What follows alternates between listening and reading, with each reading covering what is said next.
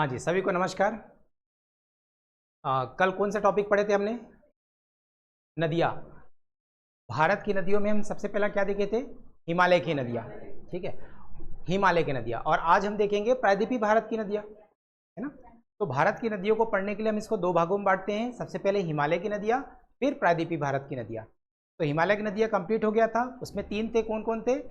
सिंधु नदी तंत्र, और गंगा नदी तंत्र, और ब्रह्मपुत्र नदी तंत्र। और आज रहेगा प्रायद्वीपीय भारत की नदियाँ। तो प्रायद्वीपीय भारत की नदियों को पढ़ने के लिए हम दो भागों में बांटते हैं। ठीक है, प्रायद्वीपीय भारत की नदियां, इसको दो भागों में हम बांटते हैं। एक है अरब सागर में गिरने वाली नदियां,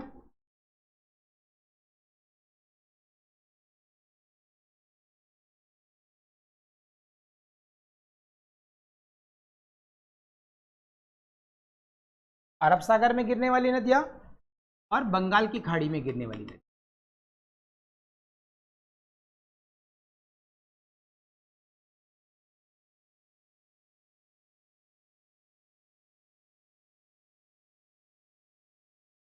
ठीक है, ये दो चीजें, एक अरब सागर में, जैसे ये भारत का प्रायद्वीपीय भारत बताया मैंने, तो कुछ नदियां अरब सागर में गिरेंगी और कुछ नदियां बंगाल की खाड़ी में गिरेंगी।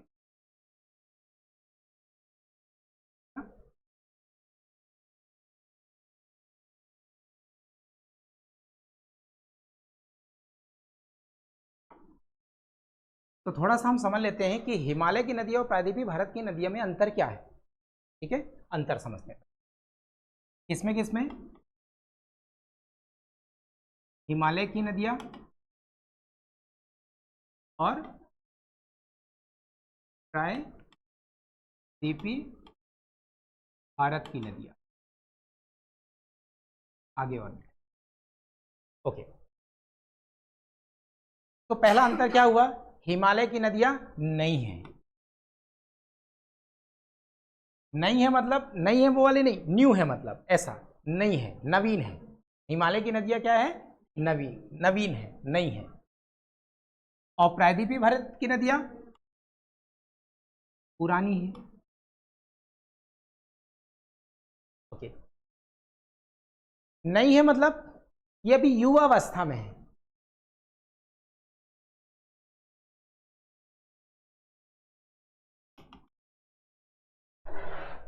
अर्थात हिमालय की नदियां समुद्र तल को प्राप्त नहीं की हैं, अर्थात आज भी अभी भी लगातार कटाव कर रही हैं।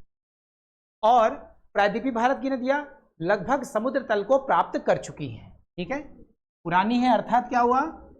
ये कैसी हैं? प्रौढ़ अवस्था में है।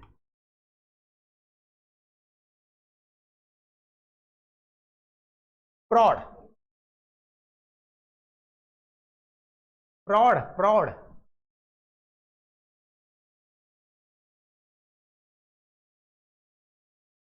बूढ़ी है समझ लो ऐसा, प्रौढ़ अर्थात समुद्र तल को प्राप्त लगभग कर चुकी है, और ये अभी भी प्राप्त कर रही है ना।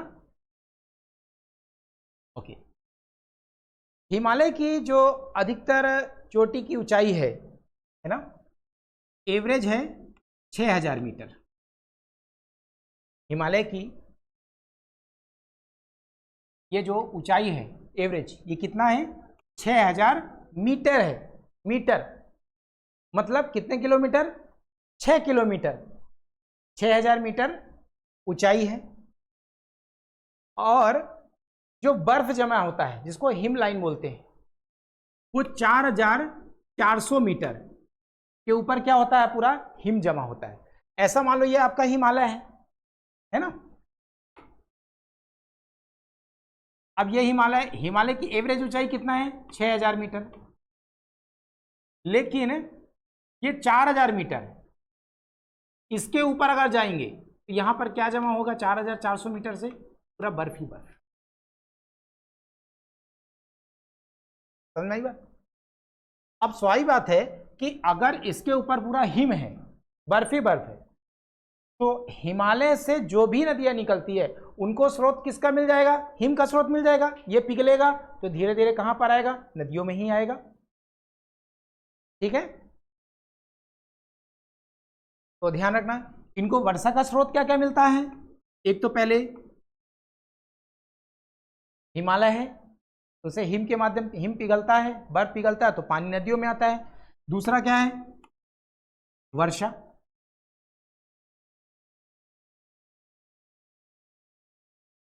प्रायद्वीपीय भारत की नदियों, अर्थात प्रायद्वीपीय भारत में जो पर्वत है वहां पर इनकी एवरेज ऊंचाई है 800 मीटर।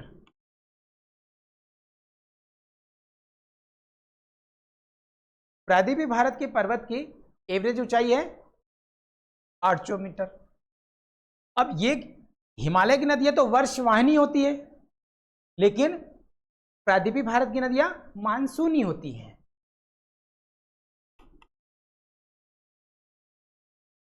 जब वर्षा होगी तभी इनको जल, नदी को जल की प्राप्ति होगी।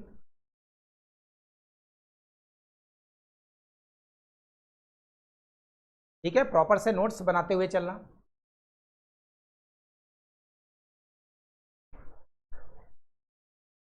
हिम के माध्यम से भी इसको नदियों को जल प्राप्ति हो जाती है और वर्षा के माध्यम से भी। ठीक है, हिमालय में हिमपात के रूप में ही वर्षा होती है, बर्फ वगैरह गिरते हैं ना, ओले वगैरह। और प्रायद्वीपीय भारत की नदियां मानसूनी होती है। ये जो आप नोट्स बनाते हो ना, जब इसको घर में सेल्फ स्टडी करते हो ना, तो कम से कम आपके पास एटलस होना चाहिए, सामने खुला होना चाहिए, तो पढ़ने का देखो मजा 4 गुना बढ़ जाएगा। फिर आगे बढ़ूं? ओके,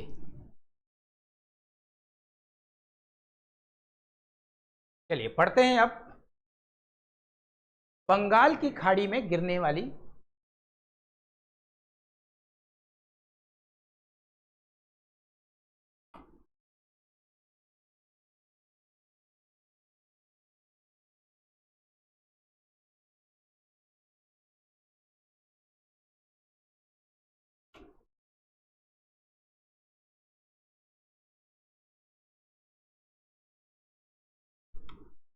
ठीक है, बंगाल की खाड़ी में गिरने वाली नदियों के बारे में पूरा भारत न बनाकर जितना आवश्यकता उतना ही बनाएंगे। ठीक है,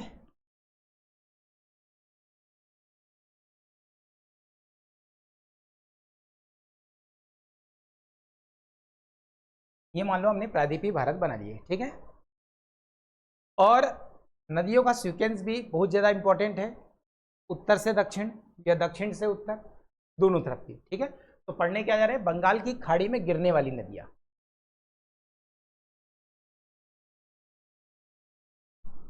दामोदर,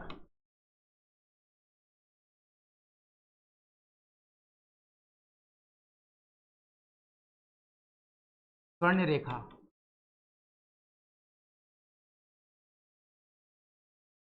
वैतरणी,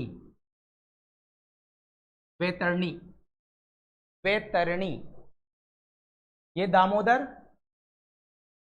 स्वर्ण रेखा, वैतरणी,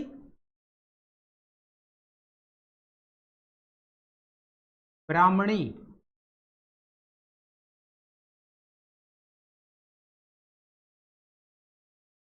महानदी,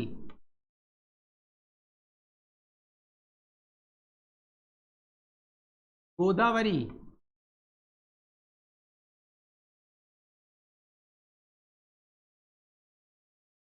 कृष्णा, पेन्नार, कावेरी,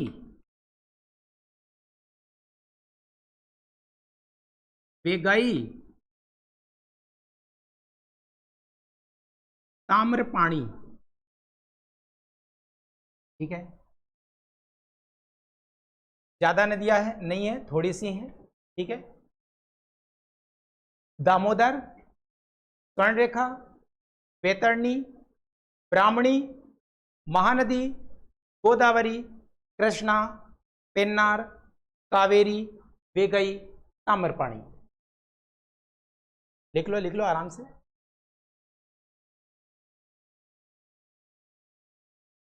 क्लियर दिख रहा है ना, प्रॉपर क्लियर है। अब इन नदियों के बारे में वन बाय वन हम पढ़ना चालू करें।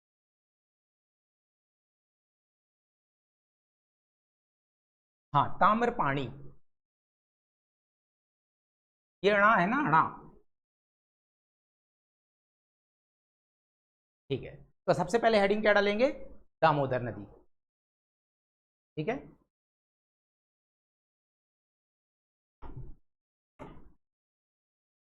दामोदर नदी छोटा नागपुर पठार से निकलती है।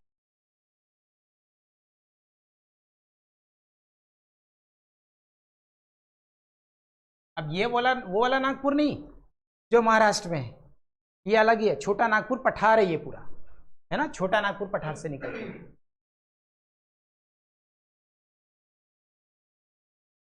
और बंगाल की खाड़ी पे अपना मुहाना बनाती है।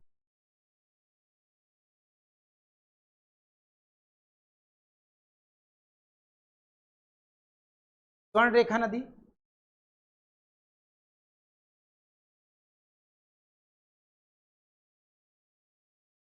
झारखंड की राजधानी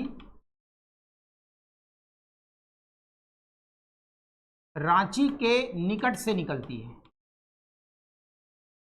झारखंड की राजधानी रांची के निकट से निकलती है और बंगाल की खाड़ी पे अपना मुहाना बनाती है।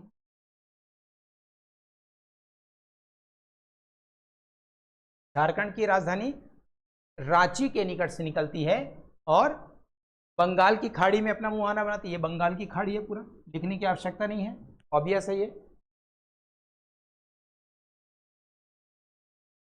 ओके, अब जैसे जमशेदपुर है ना, तो स्वर्ण रेखा नदी इतनी प्रदूषित नदी है क्योंकि इसके आइड साइड बहुत सारे कारखाने लगे हुए हैं कि इसमें जो जलीय जीव जंतु है वो भी मर जाते हैं, इसलिए इस नदी को जैविक मरुस्थली नदी बोलते हैं।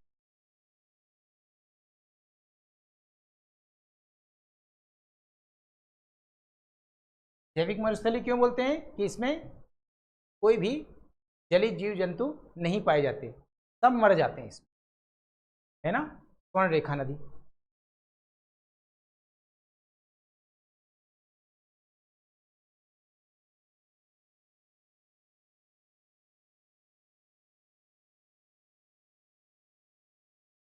वैतरणी, वैतरणी नदी उड़ीसा के क्योंझर पठार से निकलती है।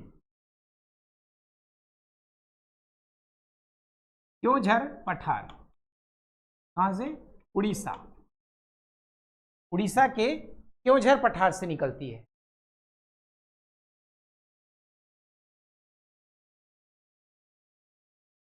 और कटक तट पर अपना मुहाना बनाती है।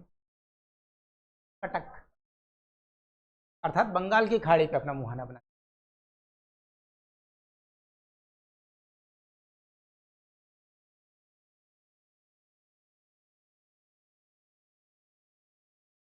ब्राह्मणी नदी, ये भी आपका छोटा नागपुर पठार से निकलती है, अर्थात झारखंड से निकलती है और बंगाल की खाड़ी पे अपना मुहाना बनाती है। ये भी कहां से निकलेगी,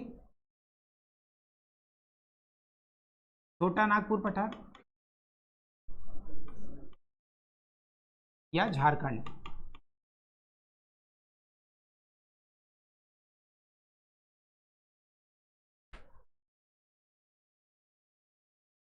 ठीक है, ब्राह्मणी मतलब 3 नदियां झारखंड से निकल रही हैं। कौन कौन सी, दामोदर, स्वर्णरेखा और ब्राह्मणी। ये 3 नदियां आपके कहां से निकल रही, छोटा नागपुर पठार अर्थात झारखंड से निकल रही। ओके, महानदी, ये दंडकारण्य पठार से निकलती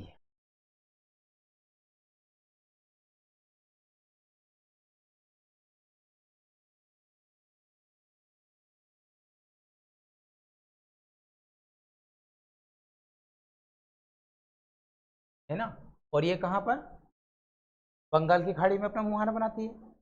ओके, अब ये जो महानदी बेसिन है, महानदी बेसिन, यहां पर धान की खेती बहुत होती है, इसलिए धान का कटोरा भी कहते हैं महानदी बेसिन को। महानदी बेसिन को धान का कटोरा कहते हैं।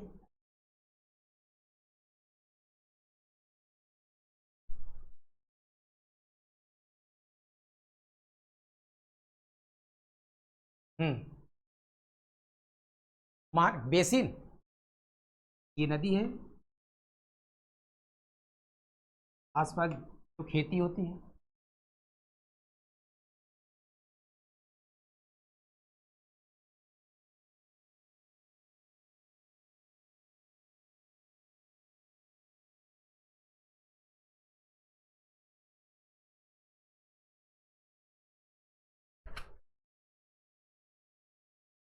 ये गोदावरी, ये महाराष्ट्र, यहां पर ये महाराष्ट्र,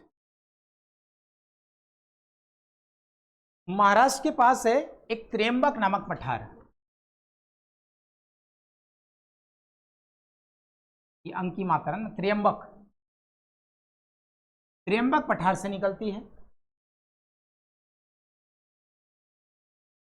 और राजमुद्र पर अपना मुहाना बनाती है। राजमुद्र,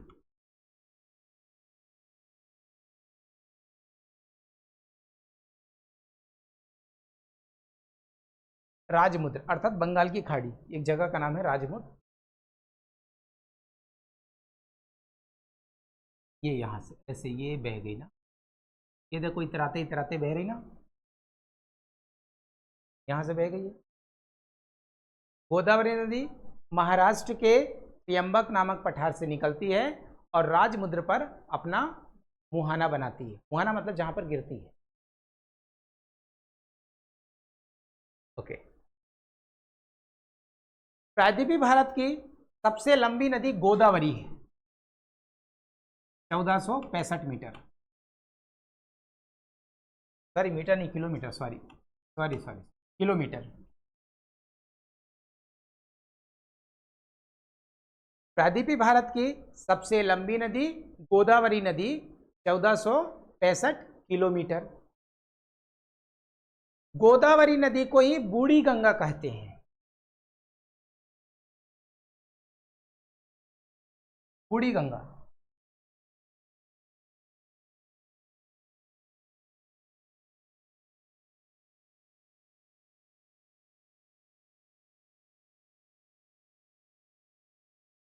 ओके।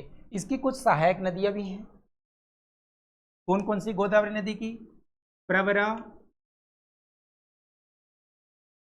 पूर्णा, पेनगंगा, पेनगंगा, इंद्रावती, मजीरा।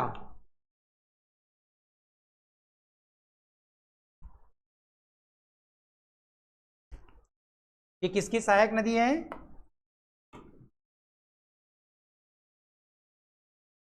गोदावरी नदी की।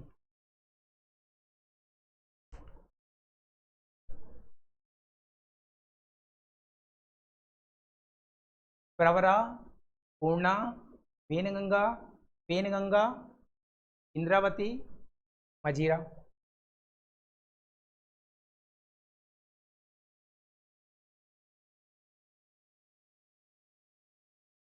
कृष्ण नदी, ये महाराष्ट्र के बहुत बढ़िया महाबलेश्वर चोटी से निकलती है।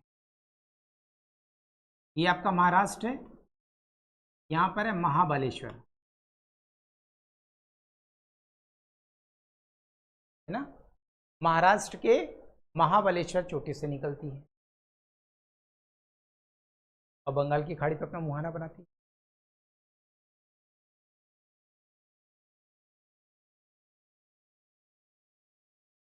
अर्थात ये दूसरी लंबी नदी है प्रायद्वीपीय भारत की, है ना।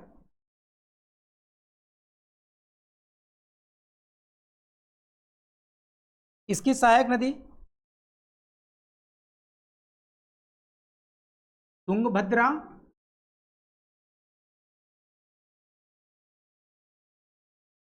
घाटप्रभा, मालप्रभा, दूधगंगा, पंचगंगा,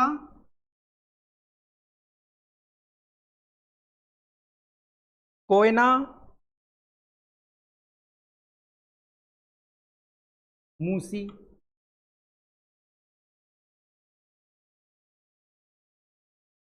तुंगभद्रा, घाटप्रभा, मालप्रभा, दूधगंगा, पंचगंगा, कोयना, मूसी। किसकी सहायक नदी है? कृष्णा की।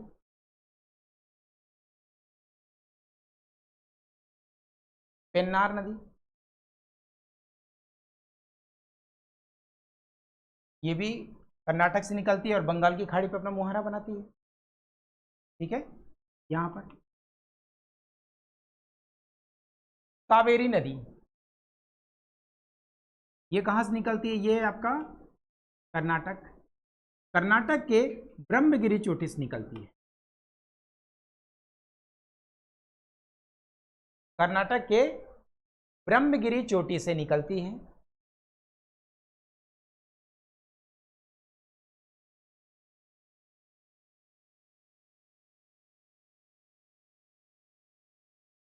और 3 राज्यों में बहते हुए बंगाल की खाड़ी पर अपना मुहाना बनाती है, अर्थात कर्नाटक, केरल और तमिलनाडु। ठीक है, कावेरी नदी महाराष्ट्र के ब्रह्मगिरी चोटी से निकलती है, 3 राज्यों में बहते हुए बंगाल की खाड़ी में अपना मुहाना बनाती है। ये वाली, ये दिख रहे हैं, ये कावेरी, कावेरी।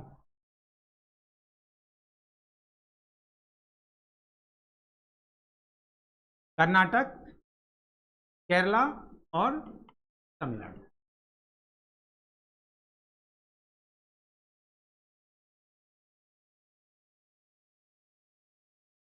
इसकी सहायक नदी शिमसा,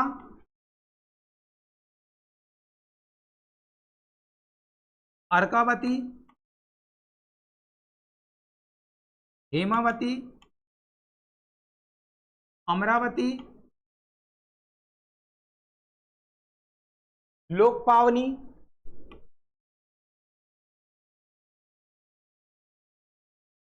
लक्ष्मण तीर्थ,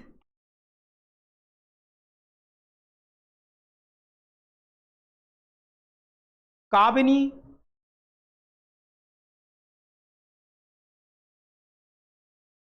बोल रहा हूं फिर, शिमसा,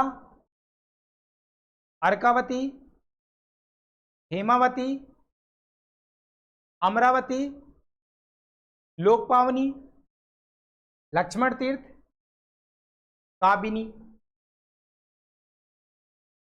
हाँ, काबिनी, बी फॉर बॉल। ये किसकी है?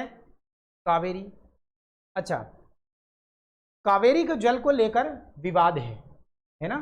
तो कावेरी जल विवाद 4 राज्यों में, ध्यान रखें। कितने राज्यों में? 4। कर्नाटक, केरल, तमिलनाडु, आंध्र प्रदेश। ठीक है, कर्नाटक, केरल, तमिलनाडु, आंध्र प्रदेश। देखने में तो लगता है कि 3 राज्यों में ही होगा, क्योंकि ये नदी 3 राज्यों से ही प्रभावित होती है, लेकिन एक नदी बह रही है तो सिर्फ अकेली तो बह नहीं रही होगी, इसमें ढेर सारी इसकी सहायक नदियां होंगी। तो कुछ सहायक नदियां आंध्र से भी आती हैं, इसमें मिल जाती है ना। तो इसलिए इसके जल को लेकर क्या है, 4 राज्यों में विवाद है। ठीक है, ओके। यह क्या है? वेगई, तमिलनाडु के वरुशनाग पहाड़ी से निकलती है।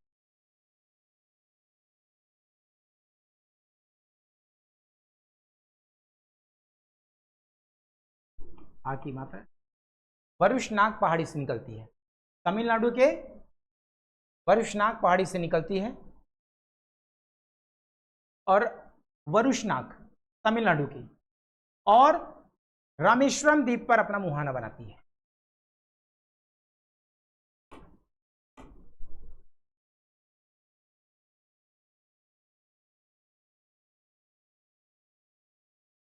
रामेश्वरम द्वीप पर अपना मुहाना बनाती है।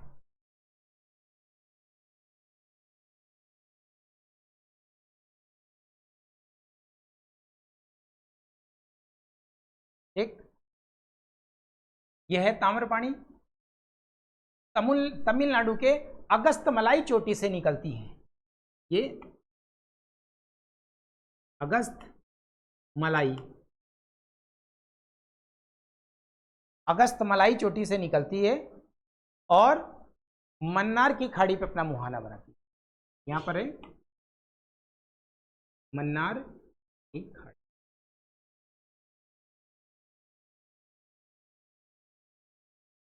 मन्नार है।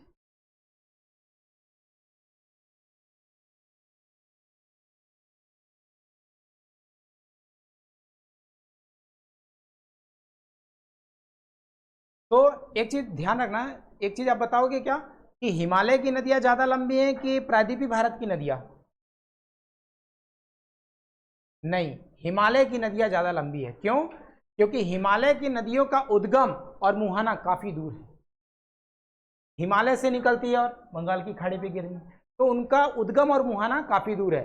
और प्रायद्वीपीय भारत की नदियां उद्गम और मुहाना एकदम पास पास, इसलिए हिमालय की नदियां काफी लंबी हैं और प्रायद्वीपीय भारत की नदियां उनकी कंपेयर में छोटी। समझ में आई बात अच्छे से? दिमाग में अच्छे से उतर गई? देखो ये जो पढ़ लिया ना, इसको डाइजेस्ट करना भी जरूरी है ना, तो इसको बार बार पढ़ना, बार बार पढ़ना, तो ये आपके मोबाइल नंबर जैसे याद हो जाएगा। ठीक है, आगे बढ़ूं? बहुत बढ़िया।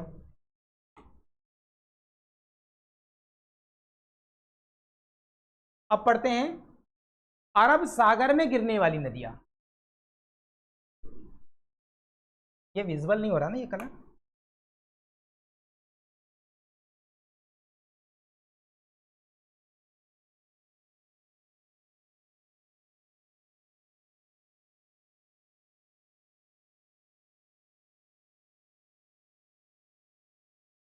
अरब सागर में गिरने वाली नदियां।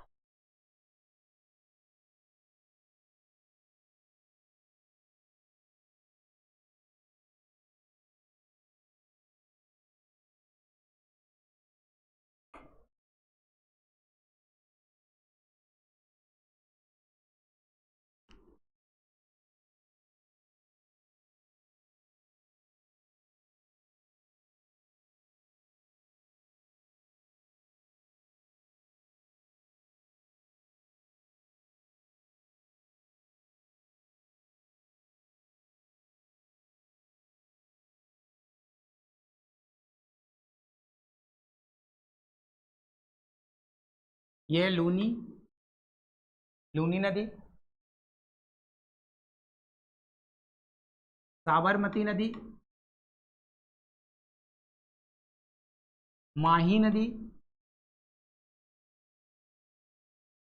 नर्मदा नदी, तापी नदी, कहीं ताप्ती नदी भी बोलते हैं इसको, तापी या ताप्ती नदी बोलती हैं।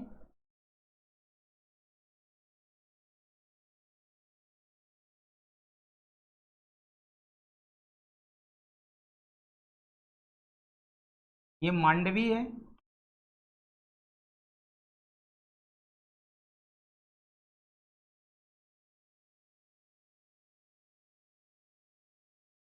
मांडवी,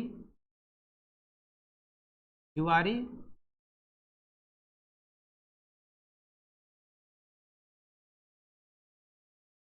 ये शरावती,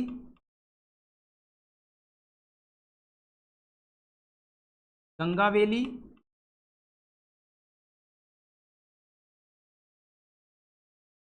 भरत पूजा,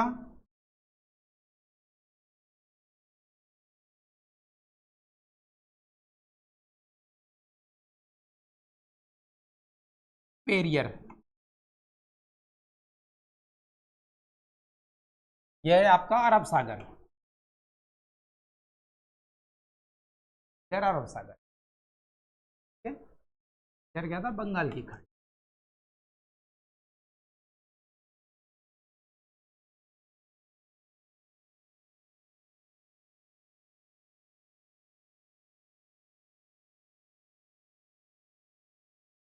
ये सभी पश्चिम की तरफ बहती है ना। अब इधर जो नदियां गिरती हैं पश्चिम की तरफ, ये सब एसेचुरी का निर्माण करती हैं। क्यों? क्योंकि इनका मुहाना, उद्गम और मुहाना एकदम पास है और इनका ढाल भी कैसा? एकदम तीव्र ढाल है, अर्थात मैदान को प्राप्त नहीं होती, तीव्र गति से बहती है और क्या एकदम काटते हुए चलती हैं, इससे वो क्या एस्चुरी बनाती हैं। ठीक है, ठीक है। तो सबसे पहले देखते हैं, और इसका क्रम ध्यान रखना, जैसे बंगाल की खाड़ी में गिरने वाले नदियों का जो क्रम है वैसे इसका भी क्रम, इसका क्रम, क्योंकि डायरेक्ट क्वेश्चन पूछ देगा इसी में, क्रम वाइज इसको जमाइए, उत्तर से दक्षिण या दक्षिण से उत्तर। लूनी नदी राजस्थान के अरावली पर्वत से निकलती है। लूनी नदी राजस्थान के अरावली पर्वत से निकलती है। लूनी नदी की बात कर रहा हूं, ये राजस्थान के अरावली पर्वत से निकलती है और कच्छ के दलदल में विलीन हो जाती है।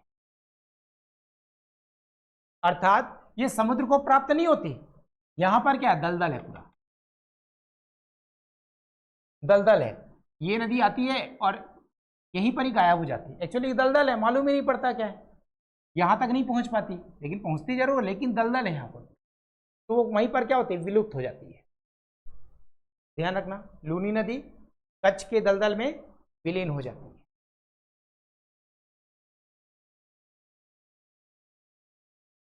अजमेर लूनी नदी के किनारे है, अजमेर।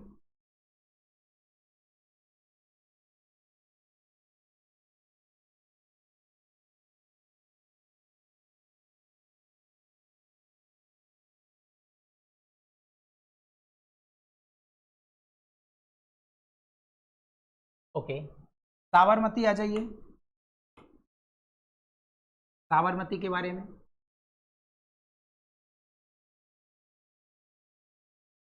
राजस्थान के निकट क्या है, उदयपुर। उदयपुर के पास में क्या है, मेवाड़। तो मेवाड़ के पास से निकलती है, राजस्थान के उदयपुर जिले के मेवाड़ से निकलती है। क्या लिखेंगे, राजस्थान के उदयपुर जिले के मेवाड़ से निकलती है।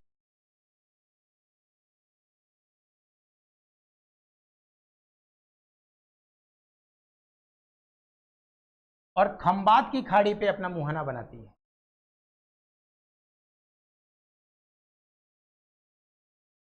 खंबात की खाड़ी पे अपना मुहाना बनाती है।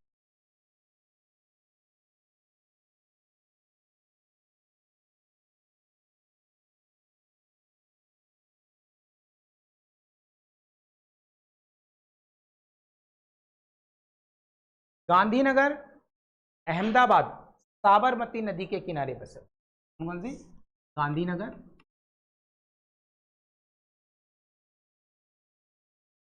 अहमदाबाद, गुजरात में। ठीक है, गांधीनगर और अहमदाबाद साबरमती नदी के किनारे बसे। तो ध्यान रखना, 4 नदियां खंबात की खाड़ी में गिरती हैं। सामने दिख रही 4 नदियां कौन कौन सी, साबरमती, माही, नर्मदा और ताप्ती।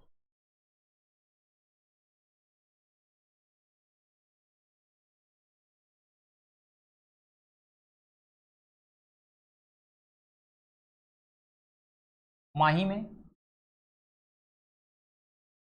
मध्य प्रदेश के विंध्य पहाड़ी से निकलती है ना, मध्य प्रदेश के विंध्य पहाड़ी से निकलती है। ये भी खंबात की खाड़ी पे अपना मुहाना बनाती है।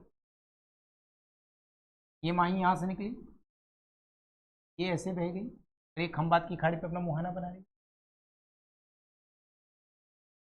विश्व की एकमात्र नदी माही नदी है जो कर्क रेखा को 2 बार काटती है।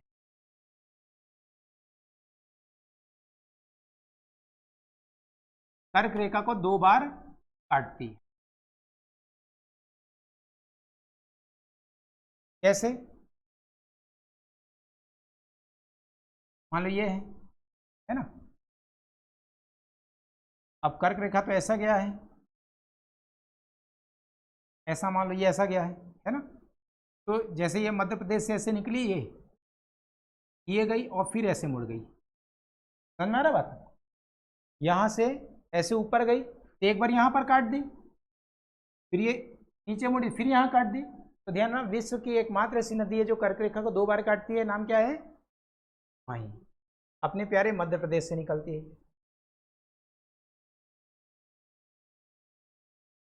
ठीक है। नर्मदा मध्य प्रदेश के अमरकंटक चोटी से निकलती है।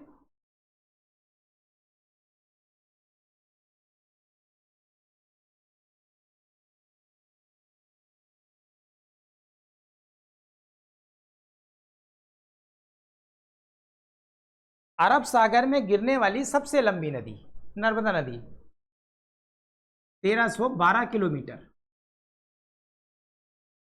अरब सागर में अर्थात पश्चिम में बहने वाली सबसे लंबी नदी कौन सी है? नर्मदा नदी।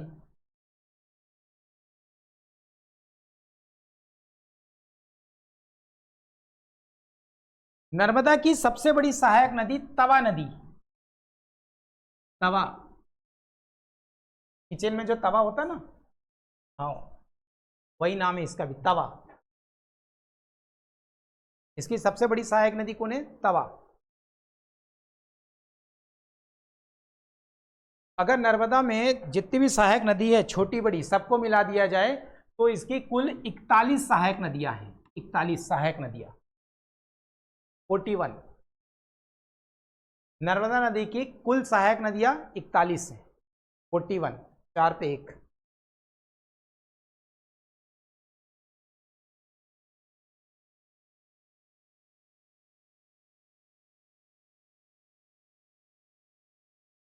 ये भी अपना जल कहां पर गिराएगी? खंबात की गाड़ी पे अपना जल गिराती है।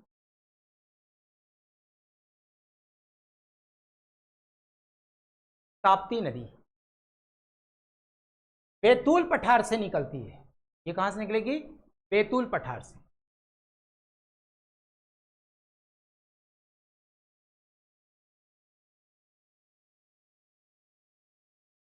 और ये भी खंबात की खाड़ी पर अपना मुहाना बनाएगी। इस पे कुछ परियोजना चल रही है, जल विद्युत परियोजना चल रही है। कौन कौन सी? एक चल रही है उकाई और एक है काकरापारा। उकाई और एक क्या है? काकरापारा।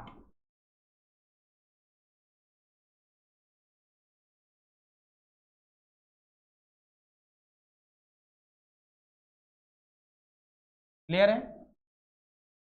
ये क्या है? मांडवी जुआरी। ये दोनों कहां से निकलती है? गोवा से निकलती है और अरब सागर में गिर जाती है। तो कितना पास पास है।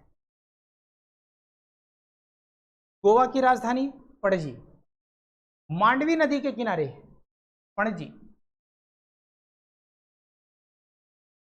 पणजी मांडवी नदी के किनारे।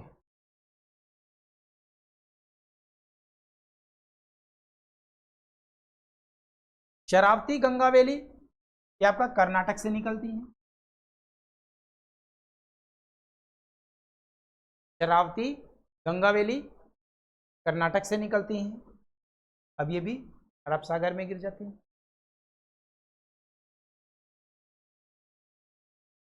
अब शरावती नदी में एक सबसे ऊंचा जलप्रपात है जिसका नाम है जोग। इसमें एक जलप्रपात है जोग जलप्रपात, यह इसको गरसुप्पा भी बोलते हैं। यह महात्मा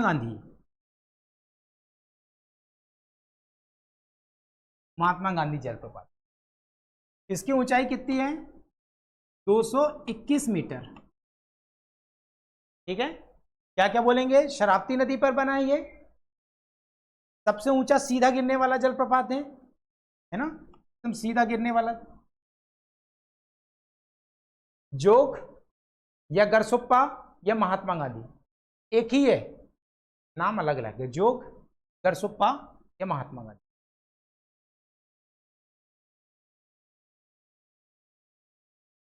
नहीं नहीं, शरावती नदी में एक जल प्रपात है। क्या बोला? जल प्रपात है, जल प्रपात है। उस जल प्रपात का नाम है ये जोग, गरसुप्पा या महात्मा गांधी। कर्नाटक से।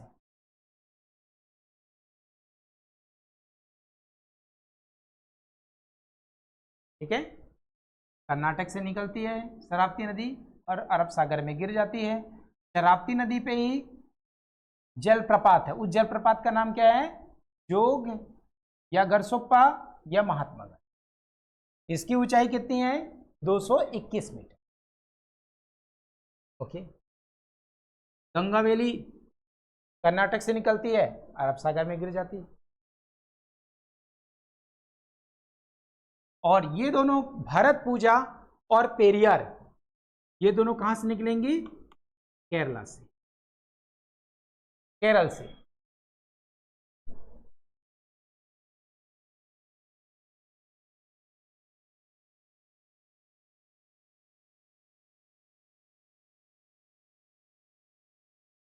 ठीक है, और ये कहां पर गिर जाएंगी, ये अरब सागर। ओके, तो ध्यान रखना, प्रायद्वीपीय भारत की तीसरी सबसे लंबी नदी, प्रायद्वीपीय भारत की तीसरी सबसे लंबी नदी नर्मदा नदी। ठीक है, प्रायद्वीपीय भारत की तीसरी सबसे लंबी नदी नर्मदा नदी। क्लियर है,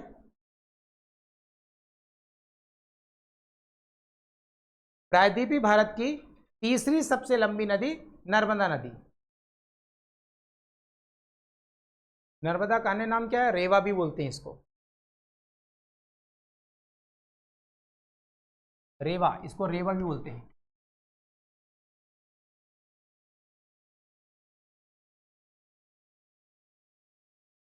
आशा करता हूं आप सभी को समझ में आ गया होगा, है ना। तो इस तरीके से भारत की जितनी नदियां हैं उनका टॉपिक आज क्या हुआ, समाप्त हो गया। इसको बढ़िया से पढ़ लेना, डूब डूब के पढ़ लेना, मैप ओपन करके पढ़ना, एक बार में समझ में आ जाएगा। रेवा, ठीक है।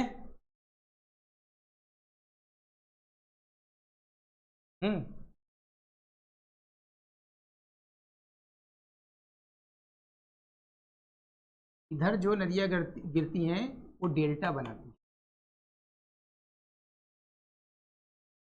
नहीं, हाँ, एक्चुअली यहाँ पर पठारी संरचना है। प्रायद्वीपीय भारत में क्या है, पठारी संरचना है। इनका मुहाना, उद्गम और मुहाना कितना दूर है, ये मैदान को प्राप्त हो जाती है ना। ये नदी क्या कहेंगे, धीरे बहेंगी, और जब धीरे बहेंगी तो फिर क्या बनाएंगी, डेल्टा बनाएंगी। ठीक है, कोई डाउट, ठीक है। तो आज की क्लास यहीं समाप्त करते हैं, तब तक के लिए धन्यवाद।